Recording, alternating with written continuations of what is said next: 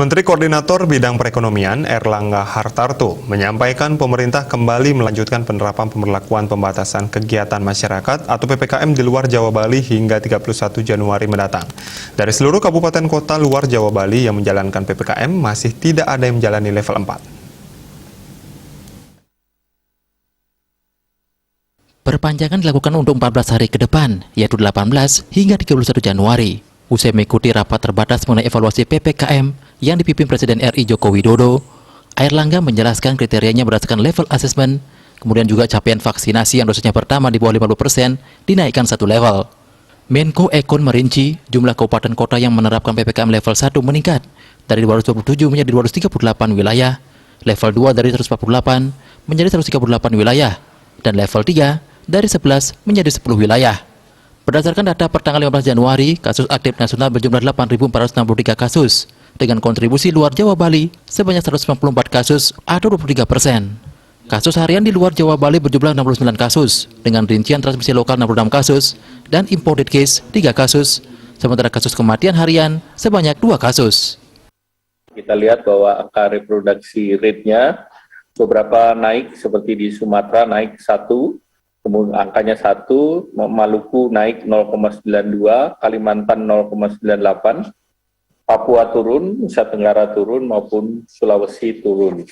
Kalau kita lihat dari jumlah kasus aktif yang 8 per 15 Januari dari 8.463 kasus, kontribusi luar Jawa Bali sebanyak 194 kasus atau 23%.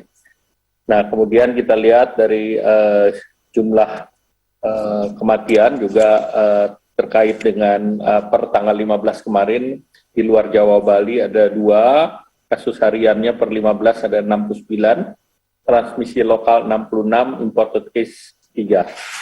Nah, selanjutnya terkait dengan varian Omicron tadi sudah disampaikan, hanya memberi catatan bahwa masyarakat perlu bersiap-siap dan juga perlu terus menjaga protokol, dan karena puncak dari kasus ini diperkirakan masih akan terus berbasis berbagai negara dalam 40 hari ke depan.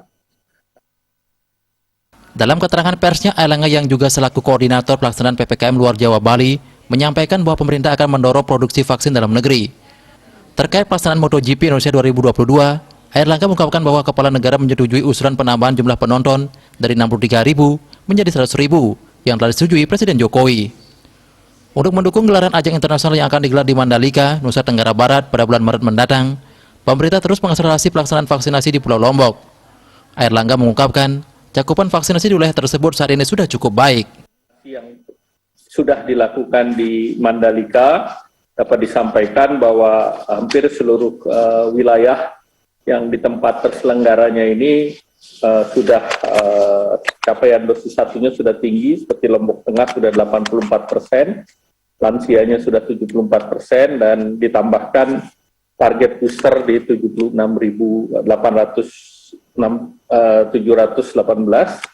sedangkan di Kota Mataram capaiannya dosis pertama sudah lebih dari 100%, karena masyarakat yang di luar Mataram juga divaksin di sana. Kemudian lansianya sudah 61 dan akan ditambahkan 158 vaksin booster. Bali Pos melaporkan.